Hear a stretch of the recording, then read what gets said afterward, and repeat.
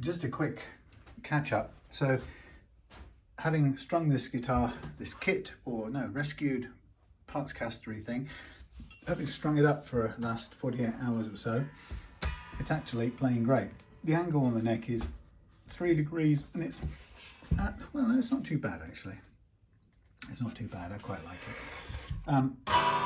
But since I've already used the neck before and I've leveled it before, it's in good shape and it's really plays nicely. In fact, the nut is almost good enough to leave on.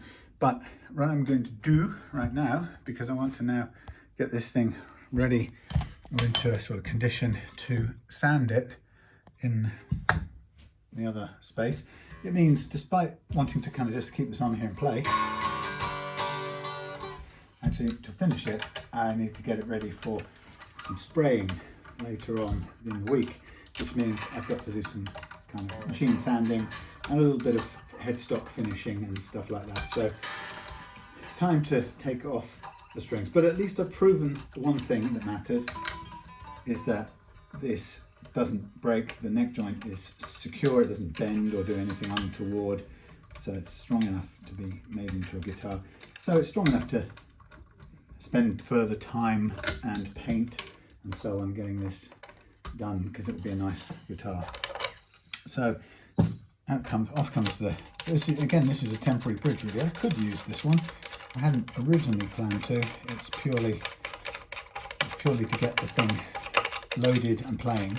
So what I'm going to do right now is I'm going to also use my clever little device that I learned from somebody else's video, how to remove studs from places like this. Can you see? Yes, you can see. It's really a nifty thing. So you get, what I found was, you get something from my pillar sander, which is a big metal thing. You put that over your thing that needs bringing out. You know what I'm talking about. Put that over there. You put that through there and you hook this one into the stud and then you turn it and it decides if it bites into it at all. Oh, okay, it just pulls it out like that. That might need a little bit of glue. But you could find that these just pull straight out then if that's the case. Yeah, right. If they're very stiff, which this one might be, like that, then you have this kit. Put that in there, put that in there, line up the thing,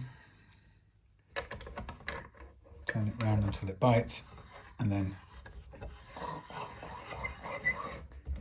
out it comes. Very, very nifty little technique. And I used to stupidly pull away and lever away for hours with inappropriate bits of equipment until I saw this. And you know, that's what I like. You learn something. You see somebody else doing something a different and or better way. You follow up and learn that way and do it. So that's the studs out. I think for the final time I will put a bit of resin in there with them. This one I have to drill through and make a connecting hole which has to have a grounding. That's fine, but main consideration for the next while is to sand this all off and be ready for spraying when the time is right, which would be hopefully at the end of the week. That's my thoughts. So let's see if I've got any charge in this here thing, maybe. Now again, wrong way around, you cretins. What I don't know is what tuners I'll use. Oh yes I do, I bought some already. I've ordered some, so it's going to get 19 to 1, 3-a-side Wilkinson. And actually the screw positions aren't going to be where they are here, so before I do any more sanding or prepping this thing for spraying, I will fill these holes again and then flat sand it, and once I've painted over the top of all of this, you'll never know that this had millions of versions of the tuner screws, different positions. So just loosen this off. Yeah, so if this neck joint had been crap and it had broken or snapped or whatever, then of course I wouldn't have bothered I would have just binned this and not bothered going any further. There's no point wasting time. So, oh, these are, hang on a minute, these are gin hose, aren't they? Gin hose. They've got to go back on the rally. Yeah, so they'll go back on the rally, and I will put the replacement Wilkinson ones on here, because the rally has already got the holes in this position, so there'd be no point making new holes in the rally for those tuners. And these are perfectly good. I only borrowed these temporarily for this purpose of getting the guitar loaded up. So a bit of hand sanding and a bit of machine sanding for the flat surfaces, and some carving on the end here, because obviously, I don't know if you can see, but I had to bulk up the headstock. For some reason, the headstock on these kiddie guitars was just not thick enough to work with a standard standard tuners. Bizarre sort of choice, really, but anyway. So yeah, like I say, I'm going to fill these now. Put these in some sort of bag, keep them for later. What's in here? A bunch of crap tuners. I'm going to throw these away. I don't like these. These are shallers, but they're no good. They're cheap shallers, and they just do not work. I've had them on something before, and they were crappy. Just because they got shallow written on them didn't mean they were any good, I'm afraid. So these will go back on the rally. Right.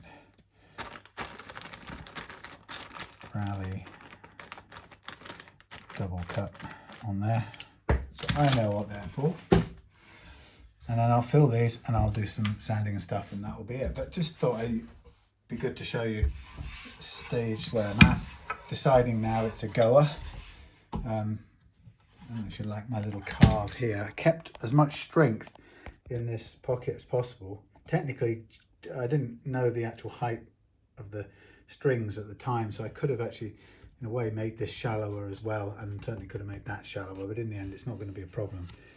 So I still got quite a lot of, quite a big chunk of wood here, and I only had to create a little space here for a cable to come around the side of the pickup and go through there, and that goes through because I pre-drilled a hole in this piece before I glued it in, and I thought it was clever, and that joins with the hole that I drilled there, and it really works. So I'm very chuffed about that, like I thought it through or something. And this then needs to be finessed to the correct shape of the real guitar's headstock. This stuff here is a bit soft for this black limber veneer, is actually a bit soft for a front face of a headstock which is under pressure from the tuners, but once they're on there it'll be okay, but it might crush, it probably will crush down the paint a little bit, so have to be wary of that. I could put some resin in here, but again it's only going to crush down again when we put tuners on, so I think I might just leave that as is and we'll live with it. So flat sanding all across here, a drill through there, a bit of hand sanding around here. This is not quite the shape I want it to yet, but we'll work on that. And then in these bevels, there are a little bit more room to do. There's a little dent there, so a bit of sanding around there, but it's not going to be bad. And then we've already got the thing here. We'll drill a hole there, and we should be ready to start painting later in the week when it's decent weather. All right, that's it for now. See you later.